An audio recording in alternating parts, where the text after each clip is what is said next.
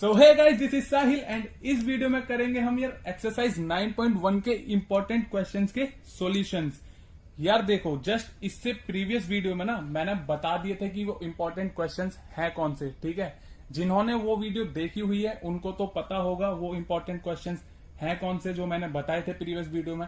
But जिन्हें नहीं पता, मतलब जिन्होंने वो वीडियो नहीं देखी, मैं उनके लिए फिर से एक बार बता देता हूं कि वो इंपॉर्टेंट क्वेश्चन हैं कौन से। ठीक है, देखो इंपॉर्टेंट क्वेश्चन है अपने। जो इंपॉर्टेंट एग्जाम्पल है सबसे पहले वो है example number 1, example number 3 and example number 5। ठीक है, एंड जो एक्सरसाइज के इंपॉर्टेंट क्वेश्चन है एक्सरसाइज 9.1 के, जो कि जिनके सॉल्यूशन मैं इस वीडियो में कराने वाला हूं, वो है question number 2, question number 4, question number 5, question number 6 and question number 9। And यार इस चैप्टर के बारे में मोस्ट इंपॉर्टेंट बात जो कि मैंने प्रीवियस वीडियो में बताई थी वो है कि इस चैप्टर से ना एक केस स्टडी बेस्ड क्वेश्चन 110% आने वाला है। ठीक है, तो उसके लिए मैंने ना कुछ क्वेश्चंस भी बताए थे जिनके चांसेस हैं वो केस स्टडी में बेस में बनकर आ सकते हैं। वो है यार देखो एग्जांपल नंबर 2। ठीक है, ये केस स्टडी बेस में बनकर आ सकता है। एक्सरसाइज के क्वेश्चन है जो कि केस स्टडी बेस में बनकर आ सकते हैं, question number 3 and question number 14। तो यार इन क्वेश्चन की प्रैक्टिस ना, इन 3 क्वेश्चन की आपको सिर्फ केस स्टडी बेस्ड क्वेश्चन के पॉइंट ऑफ व्यू से करनी है, एंड बाकी तो इंपॉर्टेंट क्वेश्चन जो मैं करा रहा हूं वो करने ही है आपको। ठीक है, तो चलो यार स्टार्ट करते हैं क्वेश्चन नंबर 2 से। देखते हैं क्या बोल रहा है। बोल रहा है a tree breaks due to storm and the broken part bends so that the top of the tree touches the ground making an angle 30 degree with it. The distance between the foot of the tree to the point where the top touches the ground is 8 meter. Find the height of the tree. तो यार मैं भी book को रखता हूं side, and इस question को आप अपनी देखना बुक में। ठीक है, तो आप सबसे पहले फिगर करेंगे ड्रॉ। ठीक है, तो देखो सबसे पहले ट्री की बात हो रही ना, तो ट्री ड्रॉ करेंगे। ठीक है, तो ये देखो ट्री मैं कुछ इस तरीके से बनाता हूं। ये बन गया अपना ट्री, एंड इसको मैं नेम दे देता हूं ए बी। ठीक है, ए से बी तक क्या है अपना ट्री है, ए से बी तक अपना ट्री है। तो अब देखो क्वेश्चन क्या बोल रहा है, ये ट्री ना बीच में से ब्रेक हो रहा है, और ब्रेक क्यों हो रहा है? स्टॉर्म आंधी आने की वजह से ब्रेक हो रहा है। ठीक है, आंधी तूफान आने की वजह से कहीं बीच में से ब्रेक होता है। तो मैं मान लेता हूं ये ब्रेक हो रहा है इस इधर कहीं से, और ये ब्रेक होने के बाद ना बैंड हो रहा है जमीन पर। ठीक है, गिर रहा है कहां पे? ग्राउंड पर गिर रहा है। तो गिर इस तरीके से रहा है ना, जो इसका ट्री का ए बी, जो ए बी ट्री है, इसका जो टॉप है ना ए, ग्राउंड को टच कर रहा है। तो देखो ये कुछ ट्री हम यहां से ब्रेक हुआ तो इसको कुछ इस तरीके से गिराएंगे। ये इसका जो टॉप है ना यहाँ पे ग्राउंड पे टच करे, तो ये देखो ग्राउंड अपना यू है, तो इस देखो इसको यू गिरेगा। ये कुछ, अरे यार ये कुछ इस तरीके से गिरेगा। पेज घूम रहा है पता नहीं क्यों। ठीक है, ये कुछ इस तरीके से गिरेगा। ठीक है, अब देखो यार गिरने के बाद ग्राउंड पे ये जो टॉप इसका ग्राउंड पे टच कर रहा है ना, तो टच करने के बाद ग्राउंड पे कितने डिग्री का एंगल मेक कर रहा है? 30 डिग्री का। ठीक है, क्वेश्चन में बोला है। तो देखो कुछ 30 डिग्री का एंगल ऐसे बनाएंगे, मतलब डिग्री का एंगल बनाने के लिए ये वाली लाइन ड्रॉ करेंगे। ठीक है, 30 डिग्री का एंगल बनाने के लिए। तो ये हमारा बन गया 30 डिग्री का एंगल। अब देखो यार इसको नेमिंग कर देते हैं। ये ए बी है, ये सी बोल देता हूं इसको, एंड इसको डी। और एक और चीज बोलिए यार, देखो क्या बोलिए, डिस्टेंस के लिए बोलिए the distance between the foot of the tree to the point where the top touches the ground 8 meter. देखो ये जो फुट ऑफ ट्री है ना, फुट ऑफ ट्री क्या है? बी पॉइंट पे। ठीक है, एंड ये जो ग्राउंड पे टच कर रहा है ट्री, यहां से यहां तक का फुट से लेके ग्राउंड पे जो टच कर रहा है ट्री, कितने मीटर का डिस्टेंस पे है? 8 मीटर का डिस्टेंस है दोनों के बीच का, ये बोला हुआ है। ठीक है, तो अब देखो यार, अब हमें फाइंड करनी है इसमें ए बी फाइंड करनी है, जो कि है ट्री की हाइट ऑफ ट्री क्या है? A B. तो इधर मेंशन कर देंगे पहले मेंशन कर देंगे let the height of tree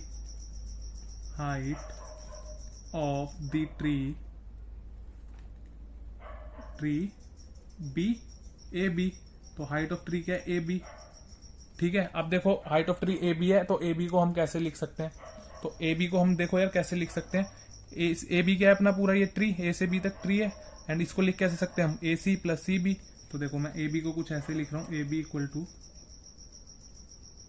A C plus C B. ठीक है, अब एक और चीज जो समझने वाली है यार, देखो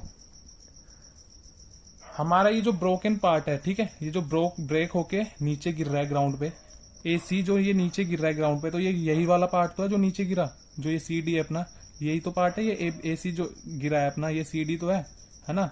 ये ए सी बोलो या फिर सी डी, तो AC तो टूट कर नीचे गिरा है तभी तो CD बना है ना।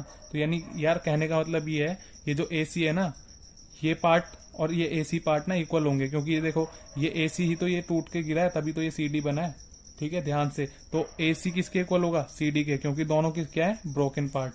तो इधर मैं लिख सकता हूं AC इक्वल टू CD। क्यों? किस रीजन से? किस रीजन से इक्वल होंगे? इधर लिख देंगे ब्रैकेट में, सिंस बोथ आर, दोनों क्या पार्ट है? ब्रोकन पार्ट है। Both are broken part, broken part. ठीक है, इस रीजन से इक्वल वो होंगे, इक्वल। तो अब देखो यार, ए बी को मैं क्या लिख सकता हूँ? इधर देखो, ए बी इक्वल टू क्या लिख सकता हूँ मैं? A B equal to A C किसके इक्वल है? सी डी के। तो मैं इसमें A B equal to A C plus C B में ए सी की जगह सी डी पुट कर सकता हूँ। तो मैं देखो C D plus C B लिख सकता हूँ इसको। ठीक है, तो अब बोलो इसको इक्वेशन नंबर 1। ठीक है, इसको इक्वेशन नंबर 1 बोलो। अब देखो यार, हमें क्या करना है? ए बी की वैल्यू फाइंड करने के लिए हमें चाहिए ए सी डी और सी बी की वैल्यू। हमें ये दोनों सी डी और सी बी की वैल्यू मिल गई तो इक्वेशन नंबर 1 में पुट करके ए बी की वैल्यू मिल जाएगी। तो देखो कैसे फाइंड करेंगे। सबसे पहले सी डी फाइंड करेंगे। अब लिखेंगे in triangle, C D find करने के लिए देखो इन ट्राइंगल, देखो ट्राइंगल क्या है अपना? C B D, in triangle C B D. देखो सी डी फाइंड करने के लिए क्या करेंगे हम देखो सी डी फाइंड करना है ना हमें, हम दो साइड लेते हैं, वो वाली जो हमें गिवन होता है एक, एंड जो हमें फाइंड करना होता है। देखो गिवन क्या हमें? ये बेस बी डी गिवन है, बेस 8 मीटर, एंड फाइंड क्या करना है हमें? सी डी, जो कि क्या है? हाइपोटेनस। अब देखो बी डी क्या है इसमें? बेस, एंड सी डी क्या है अपना? हाइपोटेनस। तो बेस अपॉन हाइपोटेनस क्या होता है? cos 30, मतलब cos थीटा होता है। तो इधर एंगल 30 डिग्री, इसलिए cos 30 लगाएंगे। ठीक है, cos 30 डिग्री इक्वल टू क्या होता है अपना? बेस क्या है? देखो बी डी अपॉन में हाइपोटेनस, जो कि सी डी है, हमें फाइंड करना है सी डी। अब देखो यार, cos 30 की वैल्यू होती है √3/2।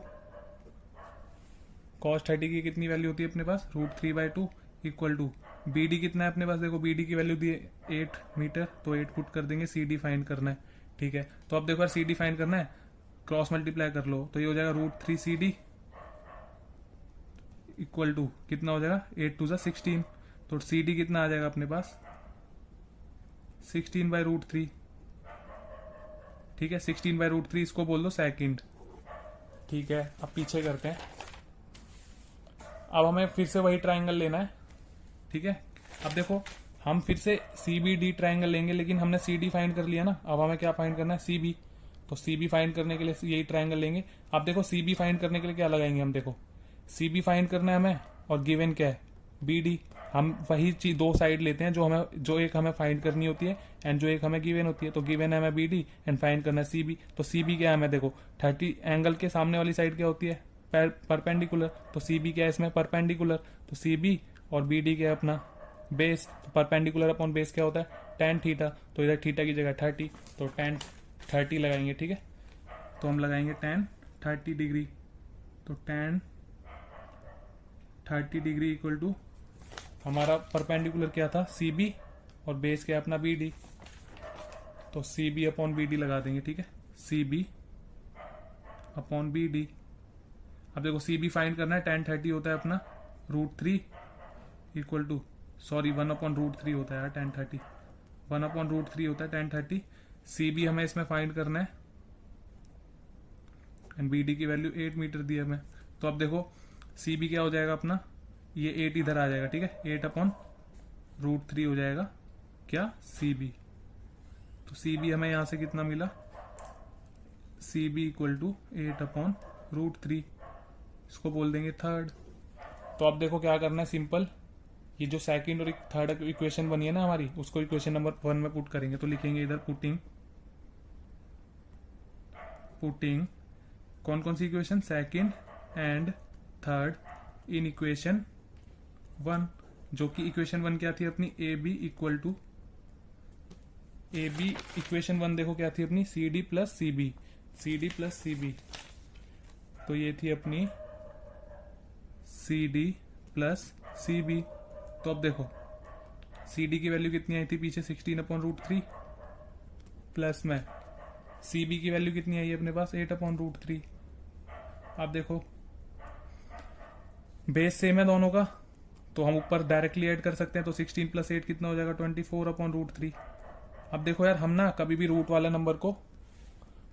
नंबर को नीचे नहीं रखते, तो उसको हटाने के लिए क्या करते हैं, रैशनलाइज। तो रैशनलाइज करने के लिए हम क्या करते हैं, मल्टीप्लाई करके एक बार ऊपर जो रूट में नंबर होता है उसको ऊपर लिख देते हैं, एक बार रूट में जो नंबर होता है उसको नीचे लिख देते हैं। तो बस अब देखो ऊपर नीचे मल्टीप्लाई करो तो ये हो जाएगा 24√3 डिवाइडेड बाय 3 √3 इंटू √3 3, तो ये हो जाएगा 3 8 जा 24, तो 8√3, यानी ए बी की वैल्यू क्या आ गई 8√3। ए बी क्या था अपना हाइट ऑफ ट्री, तो ए बी इक्वल टू 8√3 क्या आ गया अपना हाइट ऑफ ट्री। तो यही है इस क्वेश्चन का आंसर। अब जो अपना नेक्स्ट इंपॉर्टेंट क्वेश्चन है यार, वो है क्वेश्चन नंबर 4। बट यार इस क्वेश्चन नंबर 4 को मैं नहीं कराऊंगा, क्योंकि जस्ट इससे प्रीवियस वीडियो में ना मैंने इसके जैसा सेम क्वेश्चन एग्जाम्पल नंबर 1 में कराया था, ठीक है।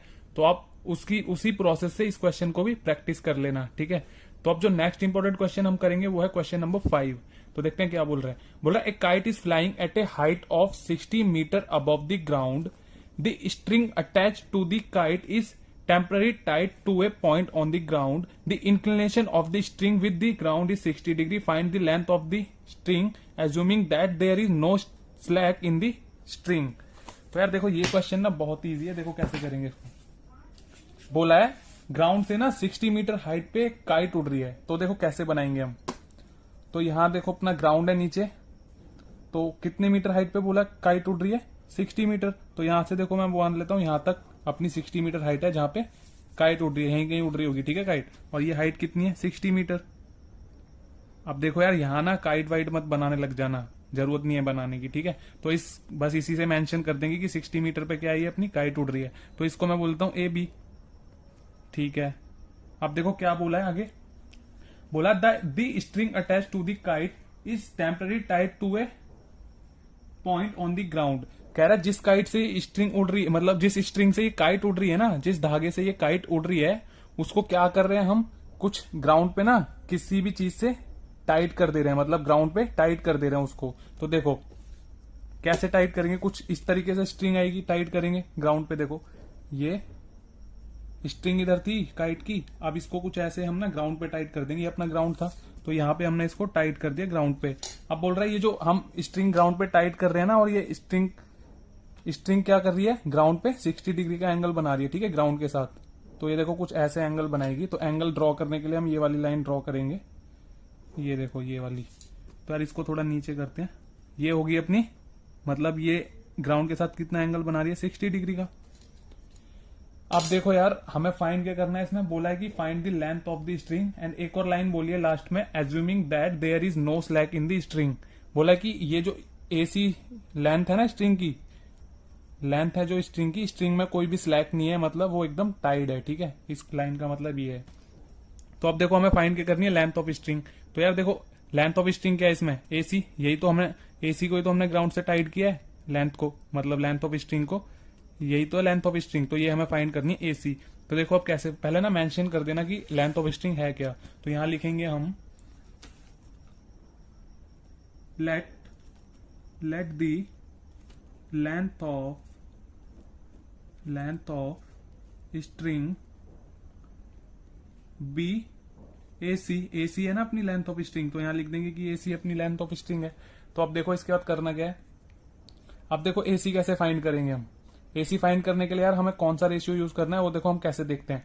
हम देखते हैं यार जो हमें गिवन साइड है एंड हमें फाइंड क्या करना है, उनसे जो मिलकर रेशियो बनता है वो वाला रेशियो लेते हैं हम। देखो ए बी क्या हमें जो गिवन है परपेंडिकुलर है, क्योंकि एंगल के सामने वाली साइड परपेंडिकुलर होती है। तो ए बी क्या अपना परपेंडिकुलर, एंड जो हमें फाइंड करना है ए सी क्या अपना हाइपोटेनस। तो परपेंडिकुलर अपॉन हाइपोटेनस क्या होता है अपना साइन थीटा। तो इधर थीटा की जगह क्या है 60 डिग्री, तो हम यूज करेंगे साइन 60 डिग्री, क्योंकि परपेंडिकुलर अपॉन हाइपोटेनस क्या होता है अपना साइन थीटा। तो साइन थीटा की जगह इधर 60 है, तो साइन 60 यूज करेंगे। साइन 60 डिग्री इक्वल टू क्या होगा परपेंडिकुलर ए बी अपना परपेंडिकुलर है, एंड अपॉन में बेस नहीं हाइपोटेनस। तो हाइपोटेनस क्या अपना ए सी, जो कि है लेंथ ऑफ स्ट्रिंग, हमें फाइंड करनी है। अब देखो साइन 60 डिग्री की वैल्यू क्या होती है, साइन 60 डिग्री की वैल्यू होती है √3/2 एंड ए बी कितना गिवन है 60 डिवाइडेड बाय ए सी हमने फाइंड करना है। अब देखो क्रॉस मल्टीप्लाई करो सीधा, तो ये हो जाएगा √3AC, इसको इधर मल्टीप्लाई, इसको इधर मल्टीप्लाई, तो ये हो जाएगा 120। अब ये देखो AC इक्वल टू क्या आ जाएगा 120, ये √3 डिवाइड में आ जाएगा। अब देखो यार, हम ना कभी भी रूट वाले नंबर को डिनोमिनेटर में नहीं रखते, ठीक है, कभी भी रूट वाले नंबर को नीचे नहीं रखते। तो उसको हटाने के लिए क्या करते हैं, हम रैशनलाइज करते हैं। तो रैशनलाइज कैसे होता है, देखो सीधा मल्टीप्लाई का साइन लगा के जो रूट का नंबर नीचे है ना रूट में, उसको एक बार ऊपर लिख देते हैं एंड एक बार नीचे लिख देते हैं, बस डिवाइड कर, मतलब डिवाइड में और मल्टीप्लाई में लिख देते हैं, सिंपल। अब देखो ऊपर नीचे मल्टीप्लाई करेंगे सिंपल, तो हो जाएगा 120 √3, ऊपर मल्टीप्लाई करेंगे तो एंड नीचे क्या हो जाएगा √3 इंटू √3 3। तो AC इक्वल टू ये हुआ अपना। देन AC इक्वल टू क्या आ जाएगा, देखो ये कैंसिल हो रहा है, 3 4 12, यानी ये हो जाएगा 40 √3, यानी AC इक्वल टू 40 √3 आ गया। तो AC क्या थी अपनी लेंथ ऑफ स्ट्रिंग। अब जो अपना नेक्स्ट इंपॉर्टेंट क्वेश्चन है यार, वो है क्वेश्चन नंबर 6। देखते हैं क्या बोल रहा है। बोल रहा है a 1.5 meter tall boy is standing at some distance from a 30 meter tall building. The angle of elevation from his eyes to the top of the building is increases from 30 degree to 60 degree as he walks towards the building. Find the distance he walked towards the building. यार देखो question में क्या बोल रहा है, एक ना building है 30 मीटर टॉल, तो हम पहले सबसे पहले बिल्डिंग बनाते हैं। तो ये देखो कुछ इस तरीके से मैं बिल्डिंग बना रहा हूं और इसको मैं बिल्डिंग को बोल रहा हूं ये AB है, ठीक है, बिल्डिंग है AB, A से B अपनी क्या है बिल्डिंग। अब ये कितनी मीटर टॉल है 30 मीटर, ठीक है, तो इधर लिख देंगे हम इसकी हाइट, ये 30 मीटर की है बिल्डिंग। अब बोल रहा है इससे ना, इस बिल्डिंग से, ये जो बिल्डिंग है इधर से ना कुछ डिस्टेंस पे ना एक बंदा खड़ा है, मान लो इसका कुछ डिस्टेंस मैं ले लेता हूँ, ये डिस्टेंस है वो, एंड यहाँ पे ना एक बंदा खड़ा है, ठीक है, थोड़ा और आगे बढ़ा देते हैं इसको, थोड़ा और डिस्टेंस ले लेते हैं, ठीक है, थोड़ा सा इतने डिस्टेंस पे मान लो ये बंदा खड़ा है, ठीक है। तो इधर हम बना देते हैं एक बंदे को, मतलब बॉय खड़ा है, सीधा एक बॉय खड़ा है, ठीक है, और इसकी हाइट कितनी है बॉय की, ये हाइट है इसकी 1.5 मीटर और ये बॉय की हाइट है 1.5 मीटर। देखो अब क्या बोल रहा है क्वेश्चन में, क्वेश्चन में बोल रहा है the angle of elevation from his eyes to the top of the building increases from 30 degree to 60 degree as he walk toward the building. देखो क्या बोल रहा है, बोल रहा है जो बिल्डिंग के टॉप का एंगल ऑफ एलिवेशन बन रहा है ना इसकी आइज की वजह से, जब ये इधर देख रहा है, जो बिल्डिंग के टॉप का एंगल ऑफ एलिवेशन बन रहा है इसकी आइज की वजह से, पहले तो कितना बन रहा है, पहले तो ये देखो 30 डिग्री बन रहा है, तो हम बना लेते हैं पहले नॉर्मल जो 30 डिग्री बन रहा है, ठीक है। तो ये कुछ ऐसे करके ये वाली लाइन बनाएंगे पहले, ठीक है। अब देखो फिर एंगल ऑफ एलिवेशन बनाने के लिए हमें ये लाइन भी ड्रॉ करनी होती है, मैंने बताया, ठीक है, ये वाली लाइन ड्रॉ करनी होती है। तो एंगल ऑफ एलिवेशन क्या होता है, ये वाली लाइन जो होती है, ये हॉरिजॉन्टल लाइन होती है, उसके बीच का एंगल, तो ये है पहले 30 डिग्री। जब यार ये बंदा यहाँ खड़ा था ना, जब ये अपनी आइज से यहाँ देख रहा था तो 30 डिग्री का बन रहा था। अब बोला है कि आगे जब ये बंदा इधर से थोड़ा ना आगे फॉरवर्ड मूव करता है, ठीक है, तो यहाँ पे मान लो यहाँ से ये बंदा यहाँ आ गया, पहले यहाँ था बंदा, अब यहाँ से ये यहाँ आ गया, ठीक है, यहाँ पे आ गया इधर। तो अब ये देखो कितने, अब ये बिल्डिंग के टॉप का एंगल कितना बना रहा है, मतलब एंगल ऑफ एलिवेशन क्या बना रहा है अपनी आई से बिल्डिंग के टॉप पर, ये एंगल ऑफ एलिवेशन बना रहा है 60 डिग्री का, ठीक है। तो यहां से यहां तक ये बना रहा है 60 डिग्री का, ठीक है, तो इसको लिखेंगे हम 60 डिग्री। तो यार अब हमें फाइंड क्या करना है, हमें फाइंड करना है कि ये जो बंदा पहले यहाँ पे था, जब ये यहाँ पे आया इतना, तो कितना डिस्टेंस कवर किया इसने, मतलब यहां से यहां तक का डिस्टेंस फाइंड करना है, ये वाला, ठीक है, यहां से यहां तक का डिस्टेंस फाइंड करना है। तो हम इसको नेमिंग कर देते हैं, ये ए बी था, ठीक है, इसको मैं बोल देता हूं C, इसको बोल देता हूं D, इसको बोल देता हूं E एंड इसको बोल देते हैं F, ठीक है, ये F है, ये F है, ठीक है। अब देखो हमें फाइंड क्या करना है, CF फाइंड करना है, क्योंकि देखो कैसे, क्योंकि ये यहां से यहां था पहले, तो यहां तक ही तो इसने वॉक की, तो CF तक ही तो बढ़ा ये बंदा। अब यार हम लिख देंगे कि देखो हम लिख देंगे इधर let he moves from C point से कहां पे मूव हुआ ये, C point to F point, ठीक है, C से F पॉइंट की तरफ मूव हुआ है, ठीक है, ये लिख देंगे F पॉइंट, तो ये बंदा जो है क्या हुआ है, सी से एफ पॉइंट की तरफ मूव हुआ है। तो हमने लिख दिया कि let he move from C point to C F point. पहले सी पे था एंड एफ पे मूव हुआ है, तो हमें सी से एफ तक का डिस्टेंस फाइंड करना है। ठीक है, तो कैसे फाइंड करेंगे देखो यार।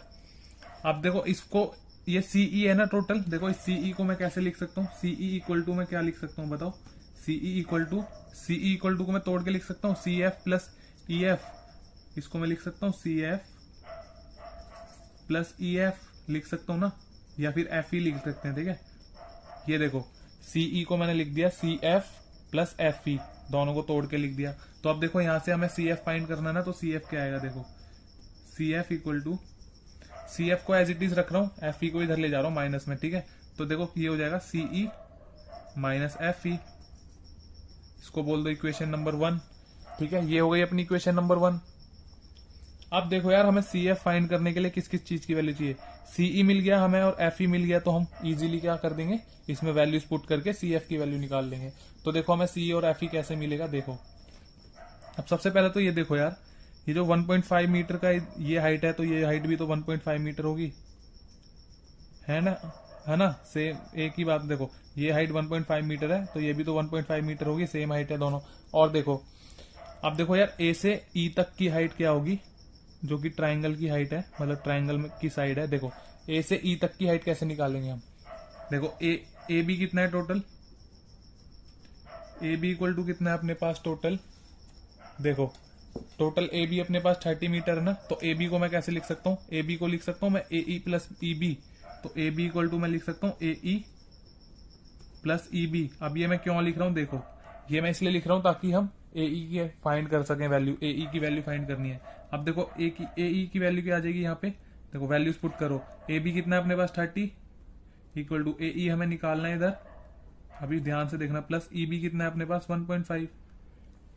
ठीक है, तो इधर से देखो 30 में से जब इस 1.5 को माइनस कर देंगे तो इक्वल टू क्या आ जाएगा ए ई, तो ये आ जाएगा हमारे पास यार 28.5 इक्वल टू ए ई। ठीक है, अब देखो ए ई मैंने क्यों निकाला यार, क्योंकि ए ई की ना जरूरत पड़ने वाली है, जरूरत पड़ने वाली है इस क्वेश्चन में। ठीक है, तो ये देखो 28.5 आ गया ए ई, तो ए ई की वैल्यू इतनी आ गई। ठीक है, अब देखो यार, तो ए ई देखो मैं लिख देता हूं यहाँ पे, कहां से कहां तक है ए ई, ये यहां देखो ए से ई तक है ना, ए ई यहां से यहां तक ए ई है, तो ये कितना है हमारे पास 28.5, ध्यान से पुट करना। ठीक है, अब देखो यार, पीछे करते हैं। अब हमें क्या फाइंड करना है इसमें, हमें सी एफ फाइंड करना ना, तो उसके लिए सीई की वैल्यू चाहिए और एफ ई की वैल्यू चाहिए। तो यार देखो दो ट्रायंगल बन रहे हैं इस वाले फिगर में, एक तो ये वाला ट्रायंगल छोटा वाला ए ई एफ एंड एक ये बड़ा वाला ए ई सी, तो दोनों का यूज होगा। ठीक है, तो सबसे पहले देखो हम क्या करेंगे, ए ई एफ ट्रायंगल का यूज करेंगे क्या निकालने के लिए, एफ ई निकालने के लिए। ठीक है, एफ ई निकालने के लिए, एफ ई भी चाहिए ना हमें इसमें, देखो एफ ई निकालने के लिए ए ई एफ ट्रायंगल का यूज करेंगे। तो लिखेंगे इधर, चलो इधर ही लिख लेते हैं, इधर लिख लेते हैं in triangle A E F, in triangle A E F. देखो ट्रायंगल ए ई एफ में क्या लगाएंगे हम, हमें एफ ई चाहिए ना, तो एफ ई हमें चाहिए और ए ई हमें गिवन है। तो ए ई क्या है परपेंडिकुलर और एफ ई क्या है बेस, तो परपेंडिकुलर अपॉन बेस क्या होता है tan थीटा, तो tan 60 है ना एंगल, tan 60 डिग्री लगाएंगे। ठीक है, इक्वल टू में परपेंडिकुलर कितना है अपने पास, देखो परपेंडिकुलर ए ई अपॉन में हमें एफ ई फाइंड करना है। ठीक है, तो एफ ई फाइंड करना है। ठीक है, tan 60 कितना होता है अपने पास √3 इक्वल टू, देखो अब ए ई की वैल्यू कितनी है अपने पास, ए ई या 30 मत पुट कर देना। ठीक है, ए ई 30 नहीं है, ए बी 30 है, हमें ए ई की वैल्यू चाहिए जो कि हमने अभी निकाली 28.5, इसलिए हमने अभी ए ई की वैल्यू निकाली थी ताकि हम पुट कर यहाँ पे यूज कर सकें। ठीक है, 28.5 अपॉन में कितना एफ ई हमें फाइंड करना है। तो देखो एफ ई क्या हो जाएगा अपने पास, एफ ई इक्वल टू देखो एफ ई इधर √3 नीचे आ जाएगा, 28.5 अपॉन में √3।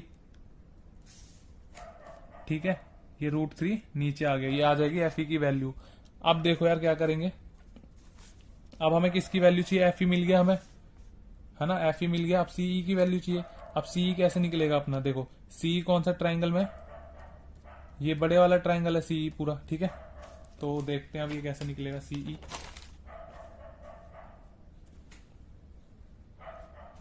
सी निकालना ना अब हमें, सी निकलेगा हमारा ए ई सी ट्राइंगल यूज करेंगे अब, ठीक है। तो लिखेंगे in triangle A E C, in triangle ए ई सी। तो ट्राइंगल ए ई सी में क्या लगाएंगे हम, देखो एंगल कितना है लगेगा वही, अब tan 30 लगाएंगे, ठीक है। tan 30 लगाएंगे तो देखो tan 30 लगाएंगे तो कैसे, ये देखो tan 30 डिग्री इक्वल टू क्या होगा, परपेंडिकुलर क्या है इसमें ए ई, ठीक है, एंड बेस क्या है सीई, जो कि हमें तो ए ई अपॉन सीई, ठीक है। ए ई अपॉन सीई, आप देखो tan 30 होता है अपना 1/√3 इक्वल टू ए ई, हमें कितना है हमारे पास ए ई की वैल्यू 28.5, तो यहां लिख देंगे 28.5 डिवाइड बाय सीई। अब हमें देखो यार सीई की वैल्यू चाहिए, ठीक है, सीई की वैल्यू चाहिए ना, तो यहां से सीई आ जाएगा अपना,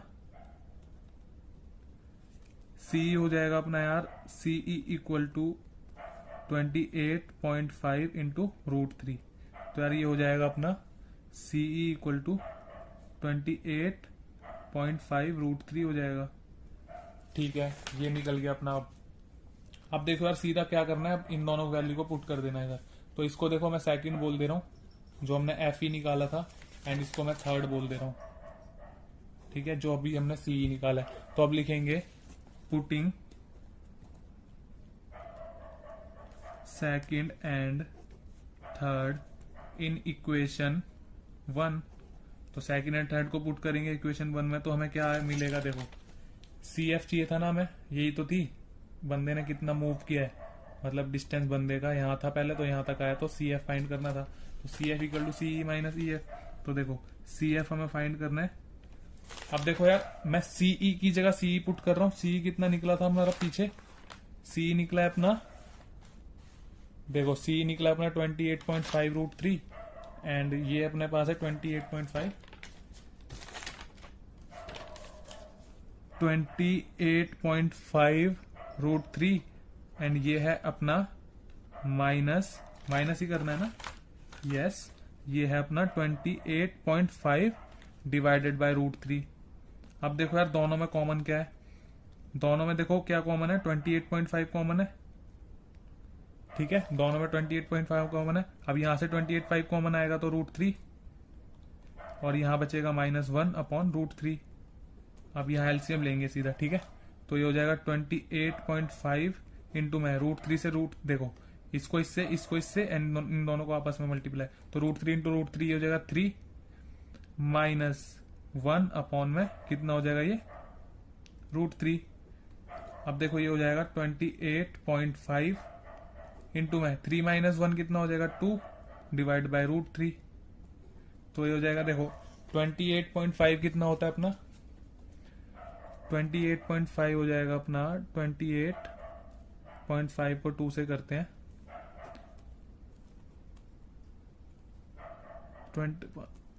5 to the 10 का 0 1 carry, 8 to the 16 17 7 1 carry, 2 to the 4 57, ठीक है। तो ये हो जाएगा 57 बाय √3, ठीक है, 57 बाय √3 हो जाएगा सी एफ। देखो यार मैंने क्या बता रखा है कि कभी भी रूट वाले नंबर को ना हम नीचे नहीं रखते, ठीक है। तो इसको हटाने के लिए क्या करेंगे, रैशनलाइज। तो रैशनलाइज करने के लिए क्या करते हैं, मल्टीप्लाई का साइन लगा के एक बार इस रूट वाले नंबर को ऊपर लिखते हैं, एक बार नीचे लिखते हैं, ठीक है। तो अब देखो क्या होगा, इस √3 को इससे मल्टीप्लाई करेंगे तो ये हो जाएगा 57 √3 divided by 57 √3 divide by √3 into √3 कितना हो जाएगा 3। अब देखो ये 57 कैंसिल होगा 3 से, ये होगा 3 1 3 3 9 17, तो ये हो जाएगा 19 √3। तो यार सी एफ की वैल्यू आ गई अपनी 19 √3। तो सी एफ इक्वल टू अपना कितना आया 19 √3, एंड हमें यही तो फाइंड करना था। सी एफ ही तो डिस्टेंस था जितना बंदे ने मूव किया था, मतलब बॉय ने जितना मूव किया था वही डिस्टेंस तो सी एफ था। तो हमें इस क्वेश्चन में सी एफ फाइंड करना था। तो यही है इस क्वेश्चन का आंसर। अब अपनी इस वीडियो का लास्ट इंपॉर्टेंट क्वेश्चन है यार, क्वेश्चन नंबर 9। तो इस क्वेश्चन को ध्यान से समझना, ठीक है। तो क्या बोल रहा है देखते हैं। बोल रहा है the angle of elevation of the top of a building from the foot of the tower is 30 degree and the angle of elevation of the top of the tower from the foot of the building is 60 degree if the tower is 50 meter high, find the height of building. तो यार height of building find कर दी है। अब देखो इस question में दो चीजों की बात हो रही है, एक बिल्डिंग एंड एक टावर की। तो सबसे पहले बिल्डिंग की बात हो रही है, तो मैं बिल्डिंग ड्रॉ करूंगा, ठीक है। तो कुछ इस तरीके से मैं ड्रॉ करता हूं बिल्डिंग। इसको मैं बोल देता हूं क्या, ए बी, ठीक है। ए बी बिल्डिंग है अपनी। एंड अब मैं ड्रॉ कर रहा हूं क्या, टावर। तो टावर मैं कुछ इस तरीके से ड्रॉ कर रहा हूं। दोनों में से किसी को भी छोटा बड़ा ड्रॉ कर सकते हो, कोई दिक्कत नहीं है, ठीक है। तो ये मैंने टावर ड्रॉ कर लिया, ठीक है। अब देखो सी से डी तक क्या है अपना, थोड़ा ये नीचे हो गया यार, इधर तक आएगा डी, ठीक है। ये डी है। सी से डी तक क्या है अपना, ये टावर है। अब देखो यार क्या बोल रहा है, बोल रहा है the angle of elevation of the top of a building from the foot of the tower is 30 degree. बोल रहा है ये जो टावर का टॉप है ना, सॉरी बिल्डिंग का ये टॉप है, ये जो बिल्डिंग का टॉप है, इस बिल्डिंग के टॉप का एंगल ऑफ एलिवेशन टावर के फुट से, ये जो टावर का फुट है यहां से कितना है, 30 डिग्री, ठीक है। तो ये इस बिल्डिंग के टॉप का टावर के फुट से एंगल ऑफ एलिवेशन कितना दिया है, 30 डिग्री। तो देखो यार एंगल ऑफ एलिवेशन हम ड्रॉ करते हैं एंगल ऑफ एलिवेशन की डेफिनेशन से। तो अब हमने देखो ये लाइन तो ड्रॉ कर ली, ठीक है। बट अब देखो हम कैसे ड्रॉ करेंगे एंगल को, ये हॉरिजॉन्टल लाइन बनाने के बाद। तो ये हॉरिजॉन्टल लाइन बनाएंगे। अब देखो डेफिनेशन क्या होती है एंगल ऑफ एलिवेशन की, ये जो हमने लाइन खींची है इसको लाइन ऑफ साइड बोलते हैं। एंड ये जो हॉरिजॉन्टल लाइन है ना, ये इसको मतलब ये जो लेटी हुई लाइन है इसको हॉरिजॉन्टल लाइन बोलते हैं। और इस वाली लाइन और इस वाली लाइन, हॉरिजॉन्टल लाइन के बीच का जो एंगल होता है ना, ये वाला, इसको बोलते हैं एंगल ऑफ एलिवेशन। तो ये गिवन है 30 डिग्री, ठीक है। अब देखो अब क्या बोला है क्वेश्चन में, अब जस्ट इसका उल्टा बोला है। बोला है कि अब जो टावर के टॉप का एंगल ऑफ एलिवेशन है ना, बिल्डिंग के फुट से, टावर के टॉप का एंगल ऑफ एलिवेशन बन रहा है बिल्डिंग के फुट से कितना, 60 डिग्री का। तो देखो इसको हम ऐसे बनाएंगे, यहाँ पे इस तरीके से बनाएंगे, ठीक है। तो ये क्या बन रहा है, सेम अब ये इधर बनेगा 60 डिग्री, ठीक है। अब देखो अब पहले इधर लिख देते हैं क्या कौन सा बिल्डिंग है कौन सा टावर है, ठीक है। तो हमने बिल्डिंग को ए बी बोला है ना, तो लेट इधर लिख देंगे A B is building, A B is building, A B is building, ठीक है। एंड टावर को हमने क्या लिखा है, सी डी। तो tower is, sorry C D is tower, ठीक है। सी डी क्या है अपना, टावर। अब देखो अब क्या फाइंड करना है इसमें, हाइट ऑफ बिल्डिंग फाइंड करनी है, ठीक है। And height of tower given है कितना, 50 मीटर। ये मैं लिखना भूल गया था, तो ये 50 मीटर गिवन है, ठीक है, ध्यान रखना। अब देखो यार ए बी कैसे फाइंड करेंगे हम, बिल्डिंग हाइट ऑफ बिल्डिंग। अब देखो यार ए बी कौन से ट्राइंगल, देखो इसमें दो ट्राइंगल बन रहे हैं, एक ये छोटा वाला सी डी बी एंड एक ये बड़ा वाला ए बी डी। बट इसमें देखो दोनों ट्राइंगल में से हाइट ऑफ बिल्डिंग क्या है, ये ए बी है ना, और ये ए बी कौन से ट्राइंगल में आ रहा है, ए बी डी वाले ट्राइंगल में, ये बड़े वाले ट्राइंगल में। अब देखो इस बड़े वाले ट्राइंगल का हमें एंगल तो पता है, ये 30 डिग्री। देखो बड़े वाले ट्राइंगल में कौन सा एंगल बन रहा है, 30 डिग्री वाला। तो ये तो पता है, बट इसकी साइड नहीं पता कोई सी भी, ठीक है। तो इसमें हम डायरेक्ट ए बी नहीं फाइंड कर सकते। बट हाँ अब ये जो छोटा वाला ट्राइंगल है ना, इसका यूज करके ना इस वाले बड़े वाले ट्राइंगल की ये कॉमन साइड फाइंड कर सकते हैं। देखो ये कॉमन है दोनों में, ये इस वाले ट्राइंगल में भी है ये वाली साइड बी डी वाली, एंड ये बड़े वाले ट्राइंगल में भी है ये वाली साइड। तो इसकी कॉमन साइड फाइंड कर लेंगे बी डी, ठीक है, इस छोटे वाले ट्राइंगल का यूज करके। तो यहां लिखेंगे हम